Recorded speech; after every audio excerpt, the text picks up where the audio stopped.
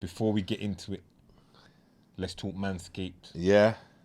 This episode today is brought to you by Manscaped. Doug, I know you've had the opportunity now to test out the Lawnmower 4.0. What we saying? Like, the Lawnmower 4.0 does the damn business. Listen, if you don't know, P's there holding it up. Listen, if you don't know Manscaped, shout out Manscaped. Get involved. Get involved. Listen, you know the drill. If you use the code winners, you get 20% off, and I'm telling you right now, the thing's free worth shipping. It. Listen, no snip. I don't know how it works, bro, but I got no cuts, no. You see what I was trying to tell you? No, nothing like. It's different, it's different. Now my thing's looking. Now my thing, bro. It's like I got close shave already. But now I got a close shave. I'm out here looking like something out you say skin fade thing. Braziers or something, you know, like I'm out here like looking professional. Proper. You know what I'm saying? Like man got the proper, like it was a Veet thing or something. Like it's a Veet thing. Like I'm getting paid for this shit. You get what I'm saying? Super smooth, sleek, tough. You know, like that. Like I'm getting paid. Like you're on job. Like I'm on job. Like I got to shoot. I might shoot something later. Still, you know, like that. Yeah. Girls are saying, well, God, like how does have you had any like moments like with females? Yeah. Listen, it's appreciative. They're appreciating it. Come on, man. Man was always handling my business with that. But the we said now it's even closer. Manscaped's taking it to a next level. The next, 4.0. Up my thing differently. Because listen, I've said it. Literally. Excuse the pun. Yeah. We said it like I know. Palm said he'd been using. So, you haven't got onto the Manscaped 4.0 yet, have you? You said you're using some. What are you using? Normal clippers. Nah. Come on. Get out of here. Get out of here. Get the fuck out of here. Get out of here, Come man. on, bro. No, we've got to move with the times. The Manscaped 4.0, the lawnmower blood. The lawnmower. There's all other sorts of little bits as well for you frowsy balls, man. There's some kind of like, balls deodorant and everything there. Your shit will be patterned different. Check the website out. Check the website and make sure you use the code winners. The code's in the description. The link's in the description. Yeah. On right now as you watch this video. The boxes are fresh. Listen, t-shirts, boxes, whatever you want. But use the link in the description. Use the code winners. Get 20% off. That's no joke. 20% off's a big thing, blood. That's taking it from. Go on. I was gonna say, because we're talking hygiene here. This is let big, them like, and we're big on this is hygiene. So for the people that follow our show and do what they're doing, for Masculine the man, masculine shit, it's all about keeping your thing trim, pattern, looked after. The gallon would appreciate it. You don't even understand. These are things they talk about in their WhatsApp groups, ladies, and all these madnesses. You there. know You get what I'm saying? You're so right, ladies. Let's just say this. Sometimes he's not gonna get the hint. Just buy him one. Use the code winners. Use the code winners. Get your 20% off. That's coming with love from myself, Pounds and Dougie, and Big Doug to the ladies. We're patterning you up. You're like, his birthday's coming. Yeah. He's not taking the hint. So just copy him that and say to him, just go use it. You know what I mean? Just here you go. Yeah, man. Here you go. Manscaped has patterned you up. Big. But anyway, large up Manscaped every time. And it's out of that. It's into this. It's Winners Talking podcast. We're back with another one.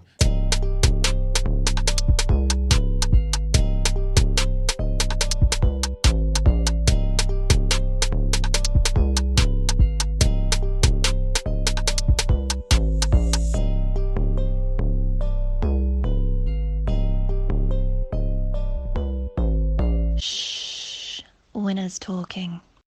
Listen, like, subscribe, share. Yeah? Let the people them know we're here. We're in. Winners Talking podcast. Come on. Big Doug. Back again. Pound Sterling. Big PS. Deacon Doug. Pastor P. We're in. Big guest in the building. Big one, you know. I gotta set the scene. Set it, I was driving Friday, school run. My phone rings. I look on my phone. I see the man's name. I say, okay, I wonder what my man's saying. Yeah. We start talking. He says, I know it's short notice, but can we still run it? Can I come on next week? I say, come on. I just booked a session. Straight away. I said, I just booked a session. That's you now. If you can make it, we're there. Yeah. More than happy to have you on. So said, so done. The man's here now. Come on. Representing a family that is one of the most iconic names in football. Yes. In English football for certain. Yeah, talk. European football for sure. I dare say world football. You understand? A product of the West Ham Academy. Yes. One of its finest. A legend in the thing. One of our own as well. South London boy as well. Trust me. We got to big him up. He's in the building. Anton Ferdinand. What are you saying to me, my bro? Come on, man. Thank you for having me, man. You know, Salute. said it off air, man. I'm privileged to be here. You know, it's nice to be around the man them. It's nice to see man them doing positive things. You know, especially when we know the only way out we was told the only way out is football or music. Yeah, 100. You know, it was the only way we was told, or do what you're doing. Yeah. Do you know what I mean? So it's nice to be sitting in a room full of positivity. Definitely, bro. Where the boundaries have been pushed down and the roadblocks that were in front of us have been pushed down. Yeah. And listen, I say it from the bottom of my heart. Thank you for having me on this. No, I appreciate you, Come brother. on, I appreciate you. It's Thank only you for rare. coming, man. We appreciate you coming. Definitely, thank you for coming. Yeah. We have to just big you up every time. Trust me. But you know that. See what I said in the intro? You know that, right? You know the name Ferdinand. It's big. Huge. When it comes to listen, the only other thing, if I say Ferdinand to anyone, the only thing they might say is the bull. The cartoon. You know the cartoon? If it ain't Ferdinand the bull, like my little son might say, then it's got, and even he wouldn't say it before he would say Anton, Rio. You understand? Dare I say Les. Them original skeng man there from early. That's why I say it's deep. That's why I say the name's deep in English football, brother. You understand? But And you know also, that though, yeah? Before we get into it, my dad's a West Ham fan, innit? Is that the West Ham fan, yeah? Yeah, my stepdad's a West Ham come on. fan, innit? So when I was that low. around there earlier and I told him he was coming on this year, I ain't give him that. He was like, Dougie, do it. So I had to do it for him, you get me? Yeah, that's why man's got Every man has to big it up, though. Every man has to big it up. I love, you're gonna love that. I see Henry and Patton today. Come Yeah, fully. But I'm saying though, you know that though, right? Yeah. You know, you understand like what you are to the not just to the man then, but to football in general, like what your family represent. Yeah, I understand it because I grew up with it on my shoulders. You know, Rio, obviously Les, but Rio and Les comparison weren't really there. But mine and Rio, because we're brothers, play the same position. The comparison was there, so I understood. Sorry, how big it was. I understood the pressure, but not just that I enjoyed it, if I'm honest. Yeah. But the pressure for me wasn't just the name Ferdinand or having Rio as my brother or Les as my second cousin. Yeah. It was where I came from. A lot of my friends around me wanted to be footballers. Do you know what I mean? A lot of them I grew up with, they wanted to be ballers. Some of them were in the West Ham Academy with me, but never got that far. Yeah. So every time I stepped on the pitch, I was representing them. It wasn't just representing 100%. Ferdinand, 100%. the family. You know that every time you stepped on the pitch, all of you, man, because you, man, were early ballers. It seems like there's more of the man than balling now. Nah, but because of that time. Because of that. Like you said, it was either sports or like But the music. ones that got true, you, man, were like that. Like we were behind you, lot, differently. Like I can't explain, But we felt it. That's the. I felt it. I could talk. I felt it, and that's why I felt like I was representing my brethren, not just my family, but our brethren. When we used to play on the back grass in Peckham, when we used to play at Leighton Square, Adventure Playground in Peckham, when we're dribbling, and that's thinking one day we're going to be in the Premier League. Yeah. I wasn't the best out of my friends, Yeah. but I was the one that made it. So I was representing them, and not just that. A lot of my friends got to go places they probably never would have been able to go. Yeah. Stadiums they'd never been able to go to. They've been there. Do you know what I mean? Like, so as I said, I understood how big carrying the Ferdinand name was, but it was more than that for me because of the culture and where I grew up. I understood. Talk to me about where you grew up. Growing up in Peckham, talk to me a little bit about that. And when did you first get? Was you one of them where you had as long as you can remember, you had a football at your feet? Yeah, as long as I remember, football at my feet in the front room of my council's flat. The front room weren't bigger than this. Rio used to put me in goal and smash the ball at me. Like, big brother, little brother, you know what I mean? Yeah. Then as I got older, just out and about on the estate, but it was football, run-outs, knock down ginger, or 40-40 home. Yeah. All of them. That's all man used to play. All of them things there is what played a part in me being able to be a footballer. You know, run-outs is fitness. When you're playing all over Friary Estate, the estate's massive. Yeah. Do you know what I mean? You know, 40 home. The 40 home. And you're jumping flights of stairs. You're trying to be nimble. It all played a part. Yeah. And then we got into the cage. Yeah.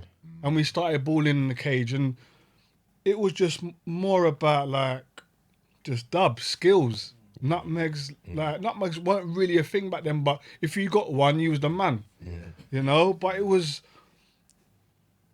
I wouldn't change where I grew up for the world. People talk about Peckham like it was so bad. Yeah, there was aspects, and there was certain times you had to be in the yard. You know, I understood and knew that growing up on the ends. I understood and knew that there was times where even through the day, if something was happening, I knew it was time to go into my house. Or my brethren will say to me, it's time to go. Because they didn't want me a part of it. So, but I would never change it because it's made me who I am today. No. You know? We have episodes where we talk that. They build us different. It builds you different. It gives you that edge. It gives you something about you that another boy might not have. That, the environment. You know, like that, the environment. So, when did you start playing, like, as far as playing for a team and all of that? When did you first start kicking for a team? What, from? I was 6 when I played for my uncle's team called Bloomfields. Okay. But I only played a couple of games for them, and then I didn't play. I just training, just kicking about with my friends. And then when I was 9, I signed for Athenley. That's around Peckham Row. Around the top of Peckham Row. My first year in Athenley, just smashed it up, man. I was just ready because I was playing with boys on the block that were bigger than me. You know what I mean? I was just ready, and the first year we won everything. I smashed it up. We won everything, and I got signed by West Ham at the age of 9. Oh, so you was there from then? From 9 years old, I was at West Ham, but back in the day, it was a centre of. It wasn't an academy. It was a centre of excellence. So they had centre of excellence in different areas of London.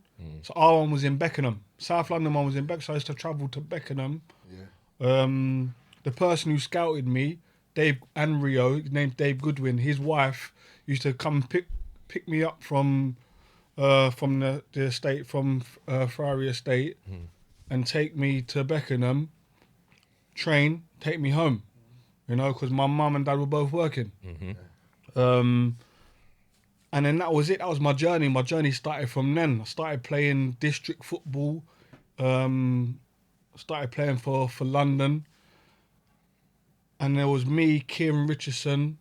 Remember Kieran Richardson, Cherno Samba, Goma. All in the same team. And we were just enjoying playing football, man. But all still had a connection to where we came from. You know?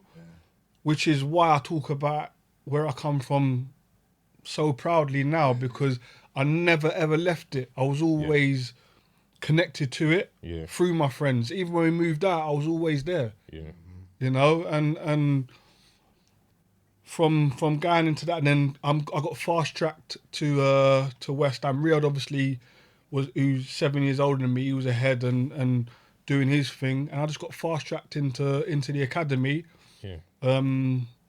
At one point, I didn't think I was going to get a contract because I was growing. And when you're growing, people that play football know when you're growing, sometimes your head knows what it wants to do, but your leg can't do it, your feet can't do it, because you're all out of sorts. So I didn't think I was going to get my contract when I left secondary school. But that was the one blessing of having Rio as my brother, because they'd watched him go through a growth spurt and watched him struggle with his knees, his back, his hips, and struggle to play football at a certain period, and then seeing what he went on to do. They were like, you know, we'd rather see Anton come out of that, come out of this cycle, and let's just see. You know, and that was the one blessing of having Rio as my brother, you know, and him going before me was it allowed people to understand and know that we're going to take a chance on him because we've seen it already. And if we get someone that's half the player he was, then we're onto something. So, and that's what it was really. What was it like with the two of you at home? I was going to see the competitive side. I'm sure there was competitive, but it wouldn't be that bad because of the age gap. So that will help. That probably helped you, you know, because it's you know what I'm saying, innit? Yeah. In that sense of How much? 7 years. he 7 just years. said. 7 So years. in the 7 sense years. of that, he's going to be more supportive of you than anything. Yeah. Because he's already done it and he's a good few years ahead of you. So. He didn't when we was younger though. No? When we used to eat, this is what I'm saying. You know when they say they build you different. Yeah. He just threw you out They, there. and when we were playing football, he never let me win ever. I'll be playing against my brethren, me and my Turkish brethren Osman, like we're the same age and everything. I'd score 1-0, score 2-0, 2-0 Anton. All of a sudden, man starts playing properly. Don't let no goals in, you know, and then I watch him let goals in for my brethren. Why are you doing that for, Ree, man? What's up with you? Like, I'm winning. Why are you doing that? Shut up. Yeah. Just play. Why are you crying for, baby? Do you know what I mean? All them little things. Good building. And it was grounding for me. Good it was, building. do you know what I mean? That's a good Like, brother right there. of course, but at the time I was thinking, right, you're taking liberties. But now I'm older. As I got older, I understood and realised. Yeah. You know, but then when you change it around, when we started both playing, he's the more bigger loser than me. Yeah. Like when we the big brother, little brother syndrome. Like when we played Man United West Ham, I scored. Yeah. That game when you're talking the game when you lot won. I remember you scored a header, right? Yeah, header. And then we I can't remember won. who scored the winner, but carry on. Yeah. And we now scored the equaliser and we won. So obviously all our families at the game, innit? All our brethrens, all at the game. Yeah. Like man's got a box for them, for the family, because it's a big occasion. Yeah. All there. You know, my man didn't even come up. He went in the dressing room, bust up the dressing room, and then got on the coach straight up back up to Manchester. Text my mum and dad, I'm about to go speak to you on the phone. Did it come to that? He knew what was going on. He knew Yeah. what was going on when he bopped in. He knew. When you say bust up the dressing room, what man all flug boots? So when you go into the old dressing room at Upton Park, you come in as a water dispenser, and he smashed up the water dispenser. Okay. Yeah, you bust up. Oh, you bust it up. Yeah. Because he took that one person. Yeah, come on. Yeah, come come on. on. I'm shouting, going past, have that, you have that. Yeah, Like, letting it out. They're paid. A lifetime of it. Exactly. All the times he didn't let me win, I was paying him back. On the biggest stage, So, but it's, as I said, he put in work in me in terms of my mental state of mind. 100%. He let me do what I was doing football-wise, technically, and that he let me do what I was doing, and I had good people around, like the Dulwich Hamlet manager, Gavin Rose, who's Rio's best friend, one of Rio's best friend, and like an older brother to me as well. He helped me with the technical side. He helped me understand the game with the training that he used to do with the youth, with us on the estate. But my brother was more mental with me. Like, you're not winning this. Yeah. And even little things like, you know, it don't only happen now, but like you see, like between siblings, when you're in the flat and you're arguing, just a quick boom, dead arm, finish, and then you know the dead arm game, you're finished. Once the arm go dead, you're finished. Yeah, it's done. done. Dead arm and dead leg was a big Yeah, thing. exactly. Yeah. Boom, For those have that that. don't know. You know what I mean? Like it was like, right, can you deal with pain? Can you deal with that? Because that's gonna happen in the game. Someone's gonna come. Can you carry on with that? Boom, have that. Oh, what are you doing? Yeah. Do you know what I mean? So it was like, as I said, I wouldn't change anything in terms of the way that I grew up and how I grew up.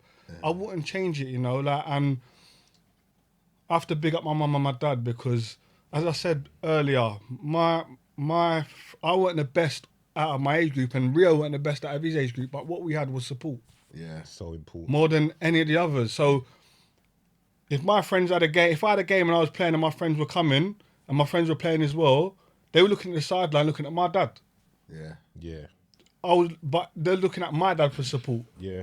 I know them. Or encouragement, which he gave them. But when it's not your parent, it's not the same. Do you know what I'm saying? Yeah. No, Whereas they're looking at their friend's dad, I'm looking at my dad. That's right. There's a big difference. Yeah.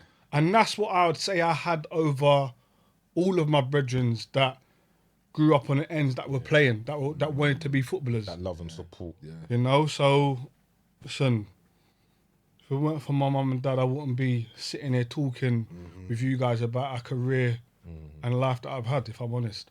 Yeah, shout out to your mum. Shout out to your God, your mum. God rest her soul. Listen, see your mum. Yeah, you lot, man. I'm sure you lot probably know this, but like where I grew up, Lewisham and this, that, the other. You lot, even I was with the man them and the drillers and whatever, and we'd be out on a motorbike, this, that, the other. Anywhere on ends, or if you're passing it or this, that, the other, the man them all gonna say, yeah, that's them man. There's mum's house. Yeah, and it's yeah, gonna get yeah, the, yeah, and it's yeah, gonna get the most respect. The most respect, yeah, bro. yeah, Not yeah, like. yeah. Like I'm telling you, bro. Yeah. Like the most respect. See, Yeah. you lot. Like we're not gonna say locations, this, that, that. Nah, but But, it's like- but where it was, you know where I'm talking. Everyone would be like, nah, that's the because it was like an unsaid thing. Them man But there, everyone knew. it's a landmark on It's ends, a landmark bro. on and ends. them man have to get looked after. Yes, come They're on. always on ends.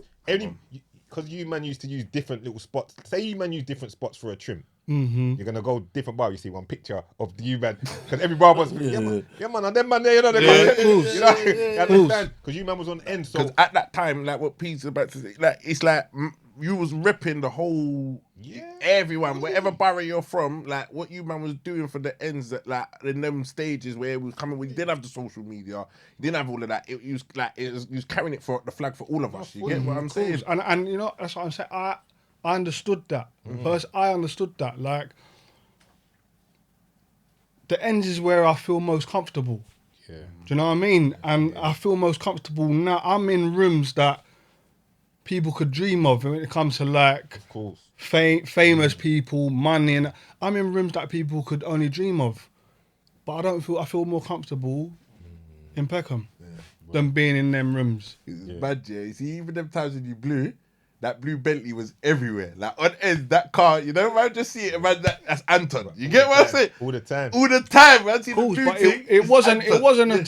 it wasn't a thing of I'm coming back to the ends to show people. No, it's You're just passing through blood, but you're I was always there. when you're at certain stages in your life, it's a Bentley to them, but to you it's just your car. So Yeah, you're so just coming you- on end. yeah, You yeah, see what I'm trying to but- say? So, but everybody knew that's you. That's you. That's why I'm highlighting it. It's like it's not like right man just come in work. No, bro, you was on the bits, like showing love, coming on the bits, and man, every time man saw it, because you think them times man's young, like right. It's like you know what I mean, innit? Like in them eras, there you see something, you recognize it, you're gonna like admire it and be motivated off the back of it. That's what because- it was as well. Yeah. Make it feel reachable. Yeah, for everyone. Well, that's it. That's Do you know what I mean? Make it feel reachable for everyone. Like I take my son growing up different to us. I take my son back onto the ends, just so he understands. Like So important. it's nothing. You don't get nothing for free in life, son. Like you know. So taking him on ends, like and taking him into Leighton Square when it wasn't even open at the day that I went, just to do some training with him in the cage on Leighton Square. And all of a sudden, loads of kids come. There was no one in there. Me and him were balling in there, doing some drills. All of a sudden, loads of kids come and wanted to play. So I'd like, okay, go on, do your thing, play. Right? He was so gassed when he got in the car. Dad, them boys, they like me, you know. They're like, Come on. they didn't, and it wasn't even a case of that because I was there. No. And I had to explain to him, do you know why they liked you? Because you had the football. That's rare. If you had the football, you were the king when you had on the ends. Because not everyone got a football. Yeah. I said to him, how many footballs you got in the garden? When I don't know. I said, Them way there, I know them ones. them man love That's a how we football. moved though. But, Yeah, but bare football. this is why they come in there and want to chat to you. And it was only till you started playing and started showing a little bit of skill and that, then they respected you. Yeah. But before that, they were just there. They was chatting to you because you had a football. Because that's what they wanted to play. They needed something to play with. Yeah. Do you know what I mean? Yeah. But he's only 8, but these are life lessons for him. For him to understand, this is what it was like for me. Yeah. Your dad.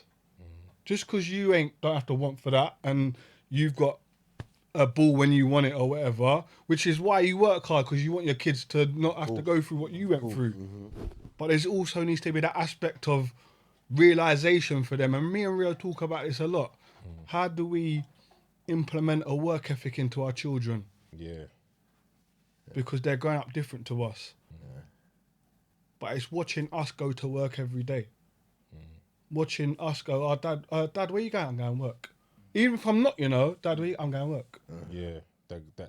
Showing them firsthand. Going work. Yeah, Okay. I saw Rio talking in one interview about your dad. Said that he used to hear him doing mad exercises, this, that, Yeah, putting the madness. work in. He was like he was into martial arts, my dad. And he used to do mad exercises. And I was a little bit too young. Rio was old enough, and Rio got his love for gym and stuff through my dad. Watching him do mad workouts and martial art workouts and stuff. So he used to hear mad noises where he was I know the thing. do you know what I mean? Yeah, Where he's doing the push-ups and he's at a place where it's hurting and you're just hearing mad, you know what I mean? Mad noises. Yeah. Because he wants to get to his personal best or whatever. But it was like, for a kid watching that, knowing my dad done 100, but now he's going to 120. Yeah. It's little things, psychological things like that, I think, where 100. you can train or help to train a child's mind to go, rah, this is what it's like. I use football as a way to try and influence my son for schoolwork, everything. Like, times tables. You need to learn your times tables, son. Yeah, but it's boring. Yeah, but see, once you've got that confidence of doing your times table, you go into every lesson when any type of maths, because times table is the most important thing in math, because you can work out anything with times tables, yeah, or most things with times tables. You're going in there confident. Do you know what I mean? But you have to get through that boredom stage of repetitiveness to keep learning it. See, when you're playing football, and you come in and you go, "Oh, Dad, I worked so hard. I'm sweating. Look at me." But I've watched you from the kitchen. I've watched what you're doing. You're left-footed. You've shot 100 balls with your left foot, and you run about and you're sweating. You go and you come in and you say, "Dad, I worked hard." My first thing, no, you haven't, because you're good at that. Working hard to me is doing something you're not good at, and going through that period of boredom. Where it's repetitive and you're not successful in it. Because when you're not successful, it becomes it becomes boring very, very quickly. But if you can push through that, then I'll say, okay, you've worked hard. That's right. Do you know what I mean? And then I use that analogy and then move it on to times tables. Okay, well, you're 12 times tables. You're getting bored now. Now's the time to start digging in. It's now time to start working harder. Yeah. Do you know what I mean? Just like you do when I say to you, go and play with your right foot, not your left foot. Yeah. So I use football as a tool to try and teach them about work ethic, because if you ain't got no work ethic, you got nothing, man. That's the way that I see it. You're not wrong. You're not wrong. You brought some gems there. That's the realistic talk. Trust me. That's the realistic talk. Yeah. All right. Work ethic. You're at West Ham Academy now, right? You're about to go. When did you get a pro contract? Or what? 17, I got my first pro contract at 17, man. Okay. When did you make your debut? 18. Jeez. First time I was in the squad for the first team was 17 now. First time I was on the bench, 17, away at Man United against Rio. But he was injured. Is it? How did you feel though, that debut? Do you know what? It was words can't even describe it, man. It was, you know what I mean? Going from being on the back grass, it's Johnny Barnes on the ball, not even Rio, Johnny Barnes on the ball. He beats one, he beats two, to then now it's Anton on the ball. Like, and it's real life things, you know what I mean? Yeah. Always centre back. No, I played midfield as well, you know. I played centre midfield and then moved back gradually. Yeah. But it was mad. Like, the first time that I was ever on the bench was at Old Trafford. Yeah, we was talking about this yesterday, weren't we, in the office, with Rio. Yesterday, we was in the office chatting and talking about the first time I was asking if he remembered. He was injured at the time, and I was out on the pitch looking at the pitch, and one of the boys come out and said, "Anton, you're on the bench." And I was like, "No, I'm not. Stop chatting rubbish," because I thought they was just having me on. Yeah. So I was like, "No, I'm not. Stop chatting rubbish. I swear you're on the bench. You're on the bench. Go and check." So I went in to check, and I went into the tunnel, and where the dressing rooms are, the main tunnel's massive, but then where the dressing rooms are, the tunnel's narrow in Old Trafford. And I walked down, Rio was standing chatting to Sir Alex Ferguson, next to his office. And I went, "Ree, like, I'll be back in a minute. I just need to check something. I'll be back in a minute." I went in, saw my name on the thingy, and I couldn't wait to tell Rio. It was my hero. I couldn't wait to tell my brother, my hero. Couldn't wait to tell him. I walked out, and I forgot Sir Alex Ferguson was there, and I was like, hey, yo, bruv, man's on the bench, you know. Man's on the bench, you know. And then, like, Sir Alex Ferguson looking at me like, what? Like, On the bench. like, and then I saw Sir Alex, and I was like, I come back to Sir Alex, oh, sorry, sir. Yeah. And my brother could see my brother was beaming with pride, man. Yeah. And when I saw that, it was enough for me. Come on, he's proud of you, You bro. know, and that was the start of my journey, man. It's a real journey as well. Yeah, Did you, real. for all the younger siblings out there, how did you must have had to battle with the, it's Rio's brother, he's getting through because he's Rio's brother, this, that, the other. How did you block all of that out and just stay in your zone? Because realistically speaking, anyone that's not an idiot will know, you can't get through in professional football. You're playing in Premier League, starting 11 every... And successful career from here to there because you're Rio's brother. You're a baller. That's what. So I know you by now. You probably always do, but you know that. But how did you cope on the come up with dealing with that? Because you must have been hearing it. Yeah, I used to, from the age of 9, I heard that. I'd go like the ball would go. I'd be playing for West Ham, 9, 10, playing for West Ham. The ball would go out. I'd go to get the ball, and I'd hear parents of players that I'm playing with going, "He'd never be as good as Rio. He's rubbish." Yeah, like, I heard all of it. Yeah, you know, and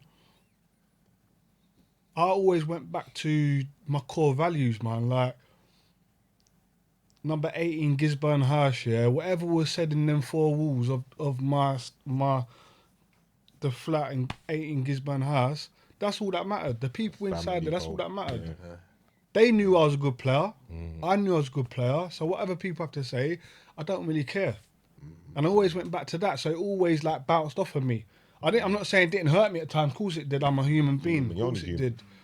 But my core values meant more to me than what other people were saying. Like even when I made my actual debut for West Ham, it was my fault for the goal in the first 2 minutes, of the game, And it was the end where the West Ham fans were. And I'm a West Ham fan as well, so like I'm playing for my team that I support. It's my debut, live on Sky. Rio's in the stand watching. The ball comes across. I'm trying to be casual because it's a Ferdinand thing to do, innit? As Ferdinand's, we're casual. I don't even check my shoulder. I let the ball run. The winger comes, taps it in. Like, open free goal. Yeah. David James is cussing. What, you shouldn't even be here, bruv. What you doing? Like, I swear. West Ham fans behind the goal. You're shit. You're this. You're that. You're not a Ferdinand. You're rubbish. I can hear it all, you know. Yeah. And I'm one of them, by the way. I'm a fan as well. I swear. I just looked at the sky, you know, and I said, you know what? I ain't worked this hard to not make it now, you know. I said, so it's either sink or swim time, and you better start swimming now. You're getting 2 dead arms when you go home. You know what I mean? Yeah. You know, so. And again, what come to my mind? What about the man them that should be here ahead of you and they're not? Mm-hmm. You better start swimming. Yeah. Because you can't let people down. You better start swimming. And after that, I didn't make another mistake in the game. We won the game 2-1. And that was the start of my actual playing career. And it's like, that's...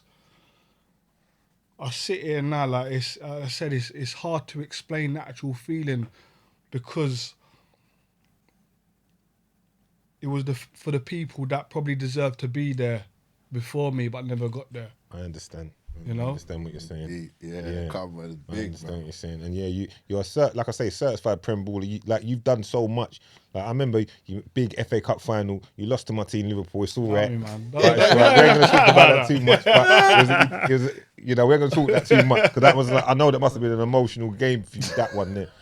Nah, because there's a lot that went on that game for Anton. We won't even talk on it too tough. We should have beat you, man. Yeah, I missed the penny, innit? I missed the penny. I didn't want to say it. I was trying to just skirt past it. I'll say it, innit? I missed the penalty. But that happened. I missed the penalty.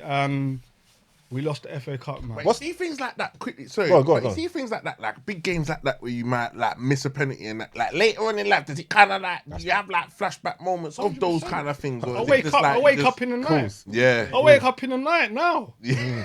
I wake up in right. You should have put it. You should have put it away. Do you know what I mean? I wake up in the Yeah. night. Nah, that's the only cup. That's the only trophy that Rio didn't win was the FA Cup. Yeah. And I had one hand on it. Yeah, You know what I mean? you And lot then were giving Stevie it to G them, turned yeah. up. It went mad. Yeah. But differently as well, on that same kind of note, what's the pressure like in that game? Like, it's not just as simple as I'm taking a penalty and I've got to slap it in. The crowd's all on it. It's FA Cup final. What's going through your mind as you're stepping up? It's what I was born for, isn't it? Like, this is what I was born to do. You know, but the actual penalty was an absolute madness for me, you know. Knew what I was doing. Played in, it's 90,000 people in there for 120 minutes. It was at Cardiff. Yeah, you're hearing 90,000 people. Their voices going to where you are, so it's loud for 120 minutes. I put the ball down on the spot, and it was complete silence. Yeah. And I was like, raw. And then, like, all of a sudden, I just heard, remember the Nokia ringtone kick? Yeah. Yeah. I just heard that coming from the stand. That's mad. And I was like, raw. Yeah. And I almost forgot what I was doing. Like, raw, where am I? Like, and I was like, and then I just missed a penalty. And then, boy, that's when the ground to swallow me up. Yeah. Yeah. Wow. And I'd let 50,000 West Ham fans down. Like, and I let my family down, and I just wanted the ground to swallow me up, man. And that was probably the worst summer of my life. I just missed out on England World Cup squad as well because I had a double hernia operation. Yeah. And Sven Goran Ekstrom wanted me to come and meet up with the squad, but I couldn't because I had a double hernia operation. And he said to me, I wish I would have put you in the squad from the start because I know you would have made the squad for the actual tournament. Tough time. So How did how you deal with that through that summer? I let off. Yeah. You Just let off, on man. one. Yeah. Yeah, and I found it hard to recover from that because I sit here and I'm proud of my career, As you should. but I know if I would have went to that World Cup, my career would have been different. Yeah. I want no disrespect to Sunderland. I love Sunderland. I love my time at Sunderland. I wouldn't have been going to Sunderland for £8 million. Yeah. I'd have been going to a top 4 club. Yeah. 100. Yeah. Not lying. Do you know what I mean? That's lying. a fact. Not lying. If I would have went into that World Cup off the back of that season I had at 19 years old, by the way. Yeah. Forget that, you know, man. I forget that. 19, Man. you know. Yeah, you were riding out. You were riding out. So- You were riding out. It's like there's players today that are playing that weren't doing what I was doing at that age. Do you know what I mean? And they're being spoken about for England, they're being spoken about for big moves. No respect, like I said, no respect for Sunderland. I love my time at Sunderland. I wouldn't change it for the world. But I wouldn't be going Sunderland. I wouldn't be going top 4. Yeah. 100%, and my career would have been so different. Yeah, 100. Yeah, no, man would have been nicking that big move. Yeah. Which, son, I wish I did get it, but Right, it is what it is. it wasn't my path. Yeah. Sunderland, though, Roy Keane is your manager. What's he like as a manager there? I love Roy Keane, man. Yeah. I I think love him, all the man. man them love Roy Keane. Yeah, I want to know what he's I like like Roy. as a manager if you have a bad performance. He's actually funny, He's funny on the TV. you know. as well. But like, no, but Yeah. he's got a sense of But humour. is You it don't like see dry it. funny though? Is it like Yeah. You know, it's dry Yeah. funny. But man, he them like- humour, man, them kind of humour, like Yeah, he's raw, isn't it? straight. But he's like, he don't mince his words. He don't mix his words, and I grew up in that, so I That's why I appreciated say it. man, them kind of talk. I appreciated it. Like there were some players who couldn't deal with the way that he was. Yeah, getting all But I would prefer honesty rather than someone telling you a lie, or saying maybe you might play this, you might do this, you might do that. I'd rather be told, no, you're not good enough. Yeah. Do you know what I mean? Because then if he says you're not good enough, and go, okay, my mentality is going to be the one that will go, okay, well, what have I got to do to become better? Tell me then. You're my manager. Tell me what I've got to do, and I'll go and do it. Do you know what I mean? So is that how it is with because we watch it from the outside looking in, but you're there first hand. See, like when you're talking to managers and how managers are, is that what it's like? Like with Roy, was he just straight up? He was and like, then you'd return the favor like that, like in the. I've had 3 managers that were like that. The rest of them, no man. The rest of them will tell you what you want to hear. You know, and they were the ones that I didn't get on with. You know, Steve Bruce being one of them. Alan Kirbishy being another. Didn't really get on with them. Yeah. They like, especially like Alan Kirbishy knew I was a good player. He played me. But I'd say he probably didn't like me as a person because I was quite outspoken. Yeah. You know, and I had a big voice in the West Ham dressing room for my age. Yeah. But that was just, like I said, where I grew up. If I believed in something or believed I was right, I'd voice it. Yeah. And I wouldn't care whether it be Teddy Sheringham or whoever who's older than me talking about it. If I believed I'm right, Yeah. I would speak. West Ham West Ham had a Bull- they're ballers. bullish. Our team was strong. Cole, That team was strong, you know. Yeah. Cole, you know. No, our team was real good. And that's what we had. You know what, this is what I'm saying? Like, Alan Pardew was my manager there, yeah? Yeah. Glenn Roeder brought me through, who schooled me.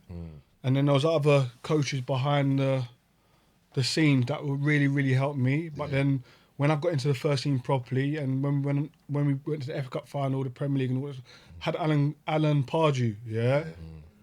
This is a white male who I knew he had played for Crystal Palace with Ian Wright, Mark Bratt. I knew just from chatting to him. Not the way he spoke, but his appreciation and his thought to try and understand our culture. Yes. And the way we are as people. Yes.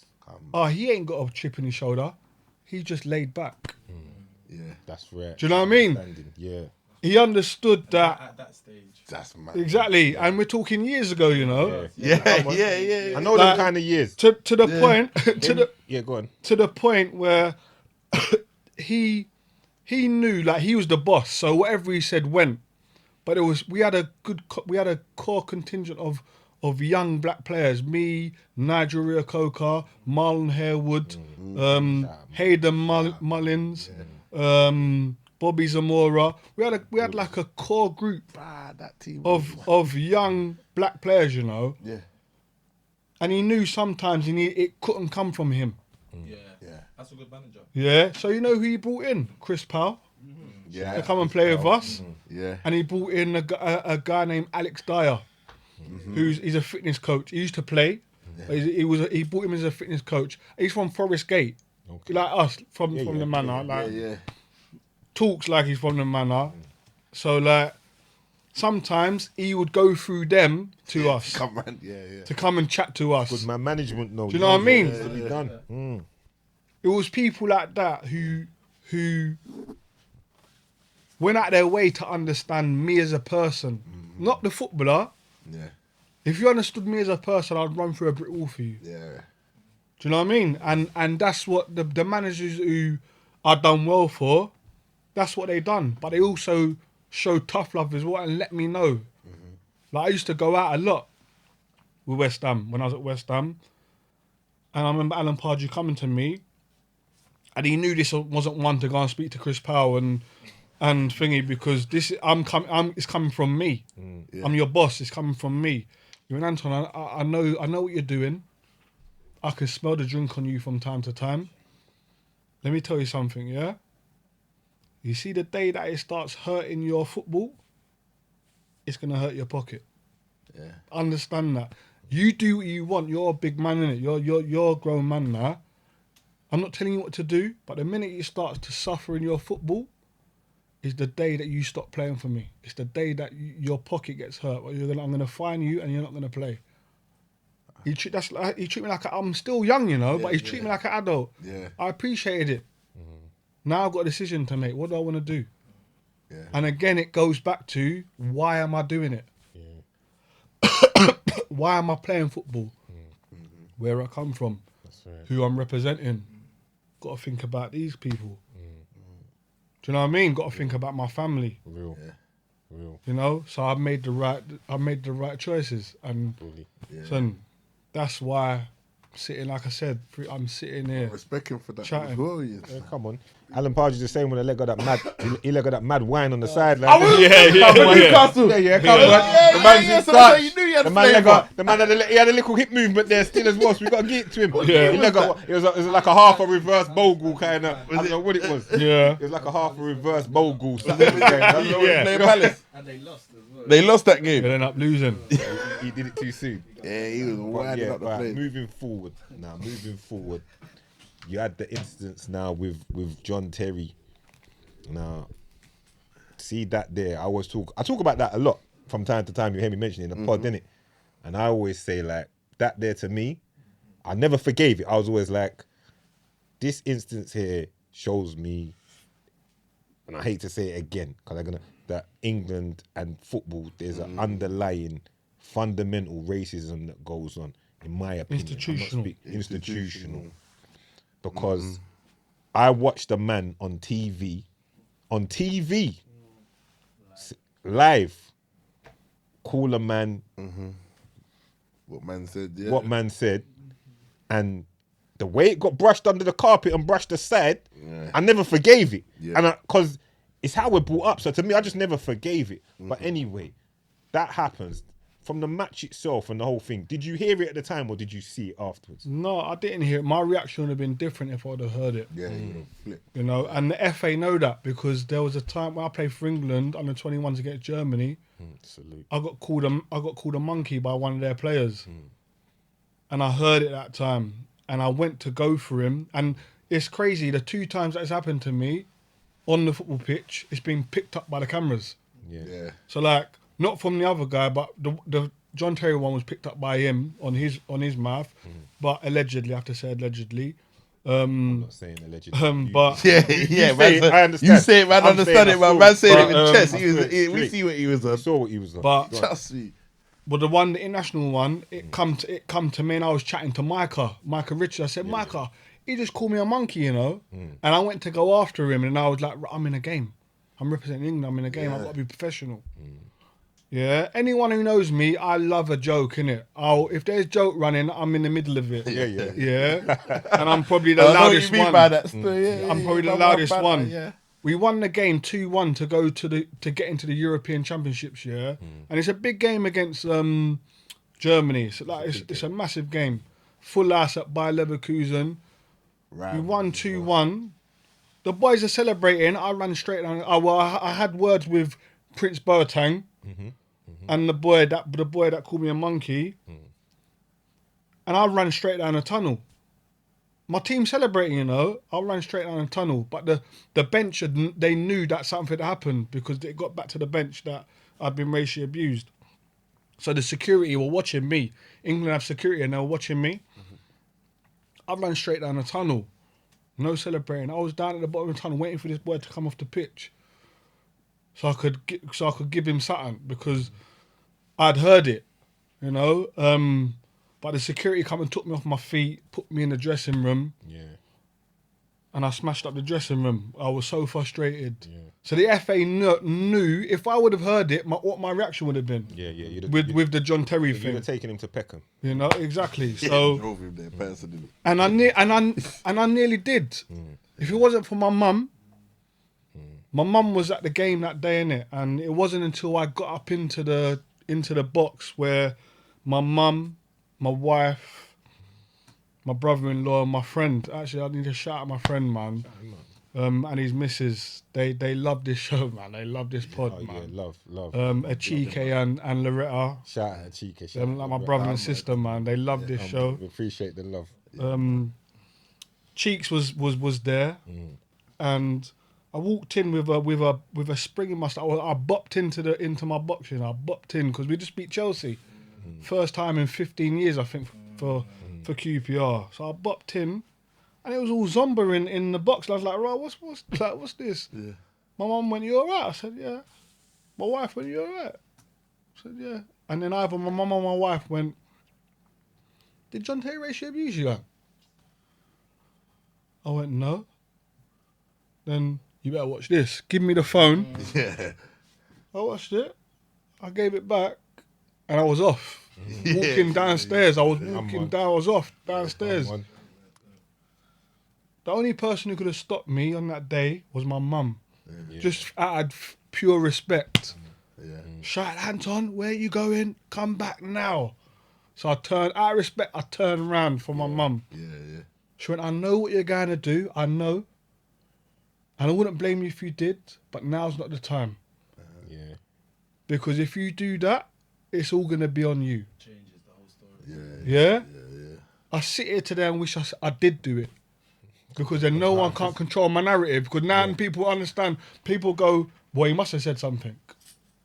For all the ones who are blinded by it.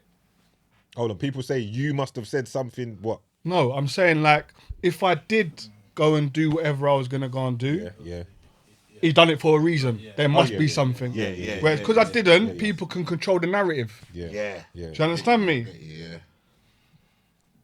And that was just the start of it, man. The ripple effect that it had. And then that was when Twitter really first just started. And boy, the racial abuse that I received, I'm tens of thousands a day, you know. Tens of thousands a day I was receiving. Black this, monkey, nigger, all of it. So you're getting racially abused. Racially because abused. you got racially abused. Yeah. Right? At the time, Joy T couldn't do no wrong, innit? Like it was mad, like, and Poster boy for the bullshit. and real talk.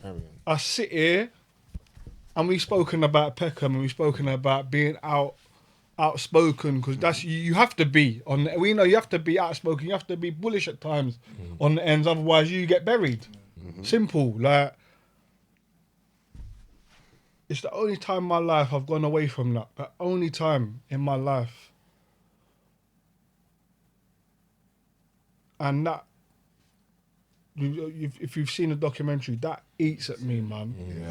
That eats at me. That I went away from what I know. You know, people are telling me, like, right, why aren't you saying something? Why are you doing this? Why are you saying? No, I'm trusting the process. I'm trusting like the lawyer. I'm trusting this and trusting that. And it just failed me. Failed you. You know, but it's the one thing that I sit here today and it eats at me that I didn't just do what I know. You know? But you had belief. You had a belief, or you were told to have a belief in a system that's meant to protect you. Of course. And you know, after that, I fell out of love with football. I loved football. But I hated what football stood for. For a very, very long time. Understandable. You know, and I'm about positivity, innit? So when I wanted to try and make a positive situation out of what happened, and it took me years to be able to see the documentary, see the person that's in that documentary. It took years for me to be that person. Based on that incident. It took me having to lose my mum for me to soften, because I was angry, angry. But it took me having to lose my mum and a few other things for me to actually soften, to go, do you know what? This is bigger than me. You know, and my mum was somebody who always helped people. She was somebody, me and my brother used to speak about it all the time. When my mum passed and me and Rio was in the chapel of rest with her, and we were chatting, we said one thing, you know, we don't know how mum done it, but she always had time for people.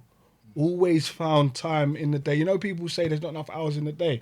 She always found time to chat to people and make sure that people knew she was there, and was always at the end of the phone, or if you wanted to chat, she was there, no matter who you was. Like, and it just epitomises the week that my mum died. Over 1,000 people from the ends come to see her, to say bye.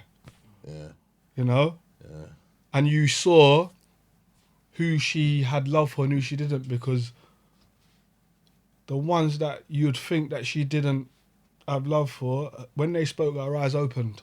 Do you know what I mean? But she had time for people, and it took me to lose her. I knew You got the young one. The World Cup for the young boy, what? Hey, I just see young boy sleeping in the corner, you know? What man's sleeping? Man's like, it's a work experience. Sleeping at the place. Long day. You know that just threw man I didn't even clap to you. Look, He's like, sleeping. what am I hearing? oh yeah, was he snoring? Started snoring. Still, Started man, he was snoring. having Got the some food wickedest before sleep. this. Yeah, I see We've he's got fed some and all yard that. food, and the yard food. Yeah, Yeah, man. Yeah, he's just snoring in the corner, you know? Mad. But Carry on, yeah, carry like, on. it made me understand that I need to start being like that. She's no longer here, so I need to. For me personally, I need to try and carry on her legacy. Yeah. So how can I do that? I have to let people know that this situation is bigger than me and him. You know what I mean? And if me and him can come together to create some type of positive change for the generation below us that's coming through, to not have to go through or deal with something that me and him had to deal with, Yeah. then I'm cool with that. Have you spoken to it? You two? No. No, I reached out to him. See? No, That's why he's a pagan. A pagan. And I'm never going to move from And that. you know what? And you know it took a lot for man to reach out to him because man them the way man them is to bury man's pride to do something like that is deep, bruv. And for man to just come back, just make man want to punch And him also, up. no, it's showing as well you're big, you're the bigger man. Yeah. You're the but it's bigger man. also like I Character. said, I don't like I said, it's also to show the man them that there's other ways of dealing with things Yeah, I hear you. as well. You get me? I hear you. There's other ways of trying to. Trying Thank to, you. trying. Yes, trying to deal with things. Yeah. You know, because sometimes pride and ego, when that gets involved, Yeah. like you know, pride and ego is the biggest killer in men. Can kill, 100%. The biggest killer. Yeah, 100. So, so many men in jail because of it. Careers ended because So of let me it. exactly. So let me move that to the side and make people understand certain situations they're bigger than us. Yeah. And for real, like even us watching it from the outside, I don't know what people like might say about it, but you see, for man, like how you went about it and dealt with it, because of that high level of football and that, man didn't see it as like I think it would have been nuts if man did move him up. Do you get what I'm saying? And it come out and it would have come out through the papers and how it would have come out if man like I think I tweeted something like Anton and Rio should go around his house with bats. yeah, you see what I'm saying? I tweeted something like that. But I was in my feelings. Yeah. But it would have been nuts if But it you would have done been that. mad. It would have In been reality- mad. So kind of in how reality, you dealt with it. You dealt is- with it spot on. It's kind of how it needed to be dealt with in a sense, because if you took it road, they would have tried to bury They're you against with us that. anyway. They're against Like, man. you're so- fighting twice the fight, 5 times the fight anyway. So poster boy, I would have England hated for captain. anything to have for you man to have anything to have made you lot's career go sideways. Because to me, they all gathered around Terry and worked out how they were gonna. Maybe not directly, but it seemed like they just were, how can we deal with this so, you know, it comes Damage out. control. Yeah, damage control. Because he's the poster boy and whatever. But, all right, moving slightly out of that. What do you think of what's going on at the moment as far as the fight against racism in football? What's your thoughts on how that's going and what they're doing as an institution? One thing that I do like is that players are more outspoken about it now. 100. You know, and this is why I sit here comfortable speaking about my situation, Yeah. because I was the first to go through it, like publicly and on social media, which is what we see today. I wasn't the first to go through it. John Barnes, Wrighty, they went No, through they it went for through me. Yeah. But I can sit here and say, like, it mashed my career up. But if I had to go through that for the next generation, I sit here comfortable, I sit here cool. Yeah. It's just my part I had to play. Yeah. You know, and I feel that, but I think it's good that players are learning from my experience and are talking out more about it. There's a lot to do. I think it's not just a football thing; it's a society thing. It's of course. You know, Of when course. we look at our government over here, Priti Patel, like from when she's coming out and saying it's okay to boo the knee if you want to, what Yeah. chance have we got as football That's right. to try and put things right? Do you know what I mean? Football doesn't control society. Society comes to football. Football don't go to society. Football comes Yeah. to Football's a reflection society. of Comes to society. football. Yeah. Do you understand me? So, from when the leaders are saying stuff like this, and obviously Boris has come out and said his stupidness about picking innies and stuff like that, and refused Letterboxes. to apologise and stuff like that. What chance have we got as football? That's right. Yeah. That's why I say, in my opinion, I've always thought it's just an institutional thing that's deep rooted. You understand? And football's a reflection of it, and they don't come down hard enough on it, and it's not going to change it. It has to start from the top. It has to start from the top. And there's a saying in it. A fish don't rot from the bottom up, does it? It rots from the top down. And that's like anything in institutions. You got to tackle the top because it won't rot from the bottom to the top. It rots from the top down. So when you tackle the top, the fruits can trickle down, which then changes stuff. You know, and I think with like people complain about the knee and stuff, my stance on the knee, I think it's a good thing. And the reason why I think it's a good thing is because it keeps the conversation going. But two, we're trying to battle something that's been there for hundreds of years. Yeah, trust me. We're not going to change things overnight. That's Do right. we want to? 100%, of course we do. Would we want it changed tomorrow? Of course we do.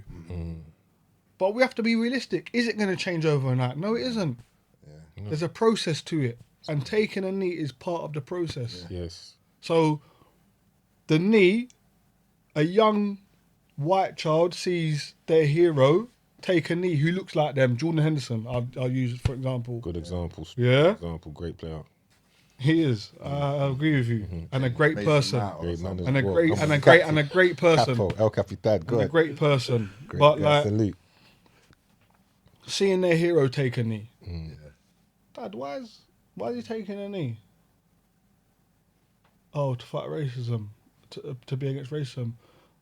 Oh, I thought racism was just about black people. So why is he taking a knee? Yeah. This is why, son. The conversation is educating, continuous Yes. education. Yes. It's continuous education. Yeah. You know, so that is part of the process. I think in our lifetime we're not going to see it, but I think our kids and their kids will see it where it's just getting watered down. So true. It's getting watered down now. Agreed. That's what we say, Allah. I say that. I say it's not. Won't be our generation. Might be our grandkids' generation. But each generation, I notice is getting less and less because they're mixing more. They're not seeing it the way they see it. Of course. And them old school races and Right, races, the they're hooligans. special. But they're dying. But it's not just that. The kids now are more brazen though. They will challenge people now like raw. Yeah. I don't agree with that. Yeah. Yeah. I don't like my sisters are like they're younger than me obviously. They're like look at me some if I say for instance I say something like bro, you still talk like that? Or, do you know what I mean? Whereas see when I was younger, I wouldn't say it to my older brother. Nah. I wouldn't say it to my pops. Oh, you're right, you know. I wouldn't say it to my pop. Like they say to my dad, like, is that even a thing? Nah. Like, I would never say that to my dad. Yes, I new would day. have been thinking, bro, I'm getting a backhand quickly. You're right. You know what I mean? They're You brazen. make me feel better They about how challenge. my son talks to me. Still, certain like my youngest, because they're feisty. They're still, But they, you know what it is? but they got more. But they challenge you, but they challenge what you don't understand. What you have to understand is they're challenging you in a way of they're educating you. Yeah, 100%. Yeah. You have to see it as like No, you're fully there's, right. There's a line. Listen, there's my a son line. says some things to me, and I hold it. My young son, you know, he's 10. He'll say to me, Dad, don't say that. Yeah. I take on board of that. And I was like, okay, what? That's done now, yeah? Yeah. Don't say that, Dad. Don't say But that. this is what it is like. But you understand as a parent, certain things can run and certain things can't, Right. and they know that That's right. as your children. Yeah.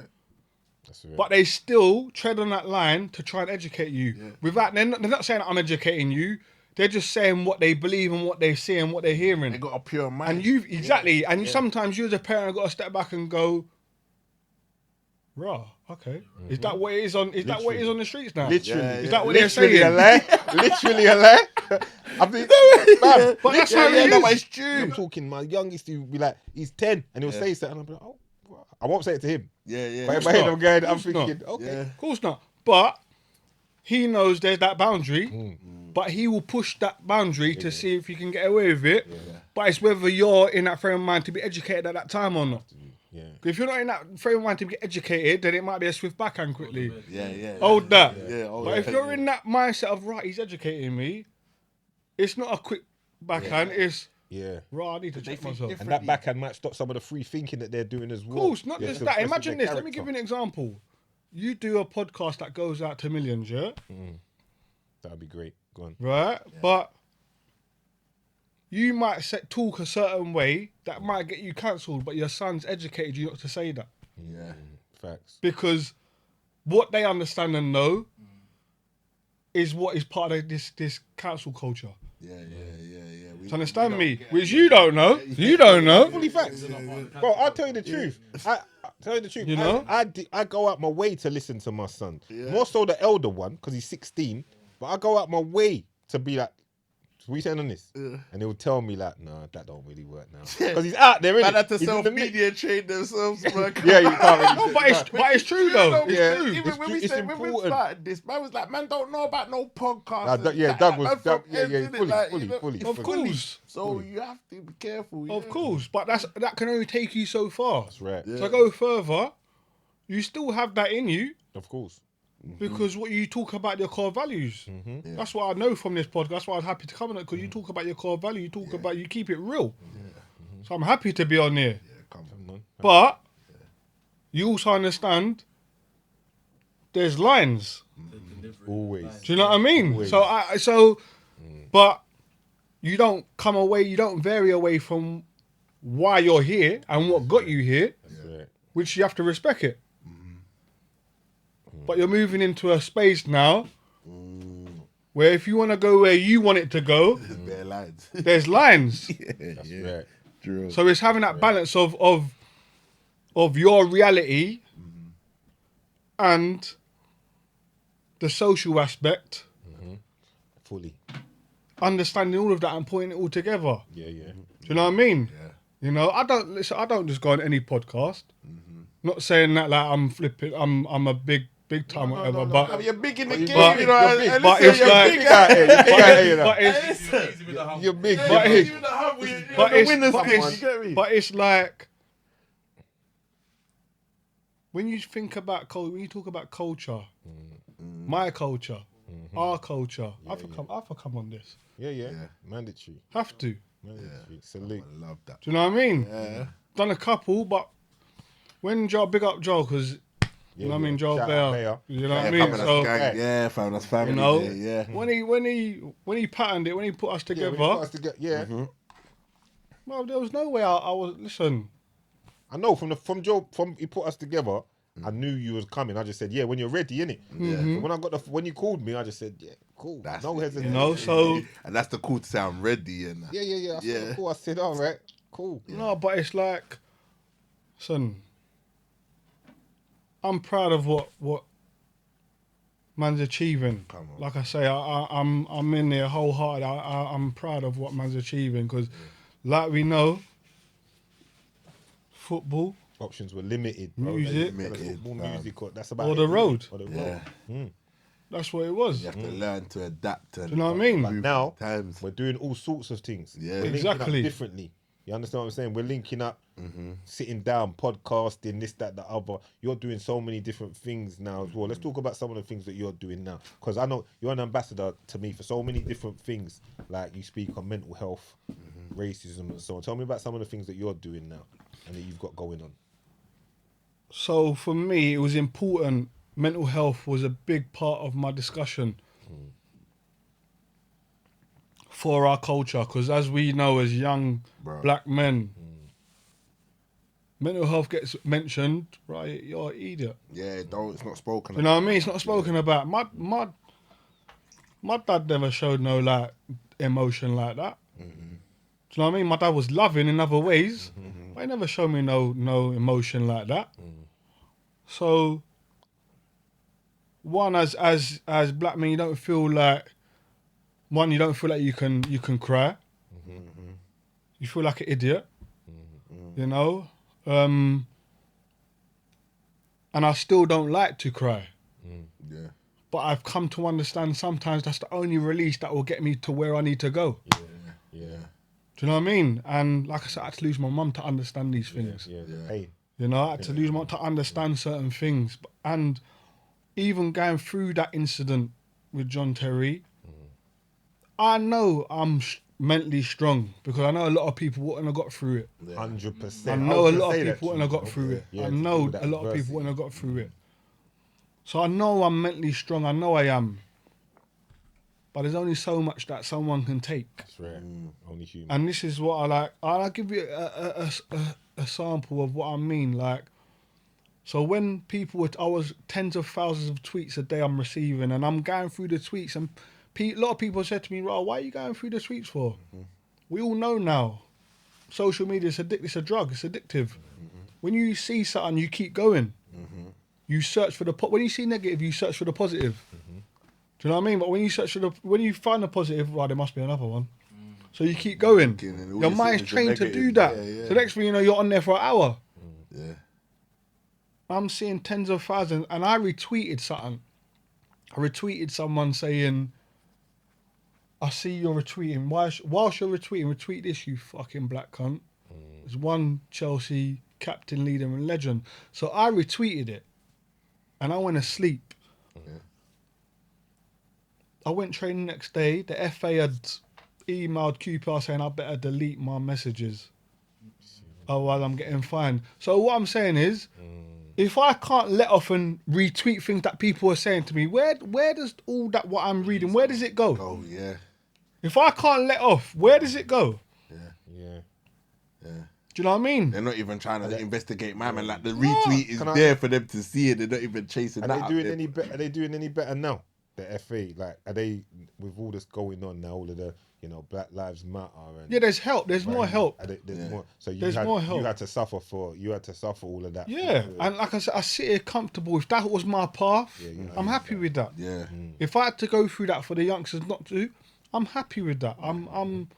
I sit here comfortable with it. Yeah, because you're the first of the social media. You know what I mean? Not even just that, because people before me had to go through it for me. Yeah.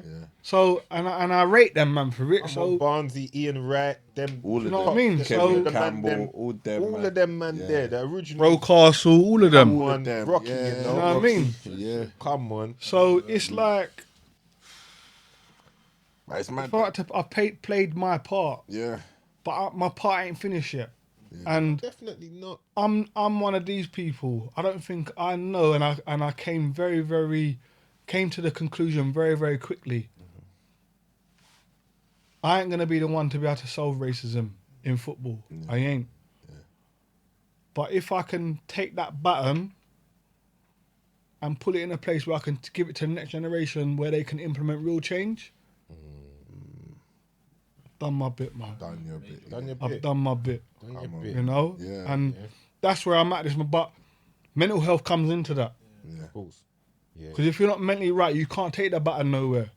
You can't carry the baton. If you're not mentally right, you can't carry the baton nowhere. People don't understand that mental health is so. You can't carry it. You can't carry nothing. You're sitting there now. What are you drinking over there? What's that? Guinness punch? What is it? I had a Something Guinness punch. Guinness punch, right?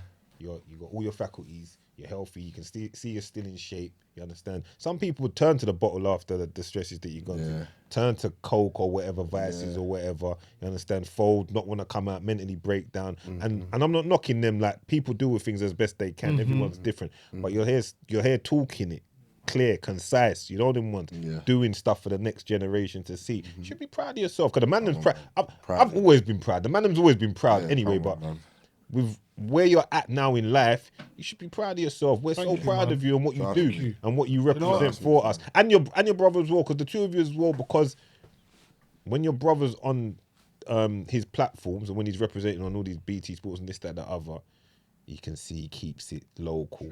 He keeps it local. You man keep it local. Right? He keeps it local. Yeah. I feel like the man them know what they're carrying on their shoulders. Yeah. You lot know what you're carrying on your shoulders. And stay very in touch. Like, you don't see man change for nothing. Nah, you man have kept it very, very, very local. Trust me. Do you know what? That's credit to our parents, our friends. You lot are a credit to your parents. Our friends. Yeah, like talking about young K on here, like he's shadowing me for the next 2 weeks for work experience. His mum, one of my friends from school. You know what I mean? So I'm lucky. From my secondary school, I got a tight knit core group of friends who we've been friends and we're in WhatsApp groups since we were 16. From when we left school. That's right. Do you know what I mean? And me having Kel shadowing me for the next 2 weeks is like, it's a standard. Of course I'm doing that for my brethren. Of course. Goes Of course without I am. saying. Do you know what I mean? We're going to edit out the part where you're snoring and fellowship. Don't worry about it. Don't worry about it. Don't worry. That's good. That's good. Even though it's not really. Been alert. Been working the whole time. Just don't watch it. Just don't watch it on Sunday. Just don't watch it. But it's like, you know, and my friends I had to sacrifice my friends for a little bit. Like when I wasn't allowed off my estate as a kid, yeah. And I'm going back to this because it's important. Very. Yeah. Talk the thing. For people to understand. I wasn't allowed off on my estate. I wasn't allowed to go Blue. I wasn't allowed to go chill in Lewisham. I wasn't allowed to go New Cross and chill by the garages and that. I wasn't allowed to do none of that. I had to stay on my estate. My mum and dad wouldn't let me go off of my estate. And when I got a bit older and my friends were going Lewisham, going Bromley, and I wanted to go, my mum would say to me, how are you getting there? What are you going there for? Because you ain't got no money, and I ain't giving you none, so you're not going to buy nothing, so you're going to be loitering. With loitering comes trouble. Good parenting. Yeah? Certain things never go out of fashion, you know. Cool. Them kind of parenting, come on, you're going to tell your kids the same thing. 100%. And I'm telling my kids the same thing. What? Okay, but I'm not going to be Going involved. somewhere and I'm coming not, back. but I'm not going to be involved in it, though. I know, but you're guilty by association. Yes. Understand that. Yeah. You might be on the side of the road, other side of the road, but someone might have seen you speaking to that person before and something happens, you're a part of that. But this sounds like me talking to my kids, you know. Cool. So I was never allowed to go and do that stuff. Now, fast forward, I'm now 16. I've left school. I've got my own money. Then I reached 17. I signed my first professional contract. I'm on good money. Yeah. Yeah. I now got my own car. My mum don't have them things now. Them excuses. Not excuses because she's my mum. She told me what I want and I got to do it. She didn't have them things where she could say, how you getting there? What are you spending your money on? You ain't got no money to do nothing. You're going to be loitering. She no longer had them things to say to me because I had all of that. Yeah. I had a car, I could get from A to B, had my own money. So she no longer had that. But I know me. And I knew I missed out on a lot of that. Coming into school on a Monday, what were you like? Oh no, we was in Bromley, there was bare things. And I'm missing out on all of that. Yeah. Do you know what I mean? I'm missing out on all of that, and I'm a young man. Yeah. I'm missing out on all of that, and now I can actually go and do it. And I know myself, bro, I've missed out on it. I'm going to go and do that now. But I knew if I'd done that, I'd never become a footballer. Yeah. And quite a few of my friends, not my friends that I grew up with, but friends that I went to school with, I didn't chat to them for like three years, you know. Friends that I went to school with who would draw me out to come to that party on a Friday night when I've got a game on a Saturday for the youth team, I stopped chatting to them. And that was my sacrifice to get to where I wanted to get to. And when I made it as a footballer, I rang every single one of them up, explained why. And the ones who understood, like Helm's mum, why I'd done it, they're my friends today. Still today, my friends. The ones who didn't understand, I've never spoken to them again. Yeah. Never. But that was my sacrifice. Yeah. And the reason why I think it's important that I say that, because I know a lot of youths watch your podcast. Yeah. If you want to be successful in something, to become successful in something, there's always a sacrifice. Always. You have to find what that sacrifice is, and if you're willing to do it. If you're not willing to do it, the fruits don't come. Yeah. It's impossible. No, and I just feel it's important, for the culture to understand that. Listen to you tell your story and what you've been saying, fam. It's motivational. It's Thank you. inspirational. Come on, man. It's big, bro. Thank you. Nah, appreciate you being there today. Well, thank you for having me. I appreciate it, It's man. a big deal you coming through today. It's a big deal. We're all football fans in the room. Yeah, trust me, man. We're all football fans in the room. We've all watched the come up. We all enjoyed watching you play, watching Rio play. You understand? And like, as I say, like proud of everything that you've done. You understand personally. It's a win for the gang, fam. Trust me. You know. Win. Thank you. As long as everyone knows, you was always there, man. Mm-hmm. Always in the mind, always. You Always. can tell that's been clear. Yeah. That's been clear. And you never strayed too far anyway, you know, like that. Yeah. Then man never strayed too far. Very, very accessible. If man them really needed to get, if it was something they could, you understand? And you were on the ends. Like, it's not like you didn't get rich and switched. You understand? You were local. Like man said, the Bentley was on the end. You see what I'm trying to say? And you know Doug loves a Bentley. Talk about the Bentley. Doug loves a Bentley. Yeah, but I love it, but it was just to highlight the fact that it's not like man got up and just started cutting, stunting on the block. Nah, you was about in amongst it all. Like when I was young, I always used to see man about being amongst everything that man was doing when man was about on the bitch. You get what I'm saying? So it just showed that man was. It wasn't that man. Yeah, your character, who you are. Would you say though that's the reason why? Because you see, like a lot of people get touch up now on the ends. Where they come from, they come back, they make it, they come back. A lot of people get touch up on the ends now. They say the only way you can't come back is if you leave. You understand what I'm trying to That's say? true, yeah. You never really left like that. You understand? Yeah. So you was about, and also I think there's at the time like you lot was so important. Like it was a big thing. You lot was mad important. Like, you, your brother. It was the era. Them times there. What man? Them what balling? What West Ham man? Like you said, even the parents' place. Yeah, like remember, to us, like you might not even know it. Like, but to us, it's legendary. Like, in the sense that. Right, that's like, so you know if man was driving and any bookie shit was going on, man, I'm pulling up like, and it's not because man knows man directly, man's pulling up because this is a part of our culture. Yeah, them man can't. You get what I'm saying? Nothing can't go on with them man there. Yeah. Them man's mum has to get the utmost respect and so on and so. It was like Man, that. ting. So you lot was just solidified. Like everyone knew. Like them man there, they're doing what they're doing. They're repping the gang. Support them, big them up, and that was it. And to me, it's still it till all now. Like that era, just you, Bradley, like you said, Kieran, because Kieran, I knew Kieran going like all that era of man them at the time when there weren't social media, there wasn't like there was role models, but not really man you could relate to. You man being man them that were like relatable, like man when I went Tallis, you man went Blue Coats, like you know, like it just being on the bits, like it that, was different, brother. It was just like we're rooting for man them. You get what I'm saying? Yeah, there's one story, I ain't gonna say it till one day when Rio comes on, but there's one story of Rio at Blue Coats. Rio used to have a high top like Kid playing it. Yeah. I ain't gonna tell the story, but when he was on the bus, because at that time I went John Road them time for like a year.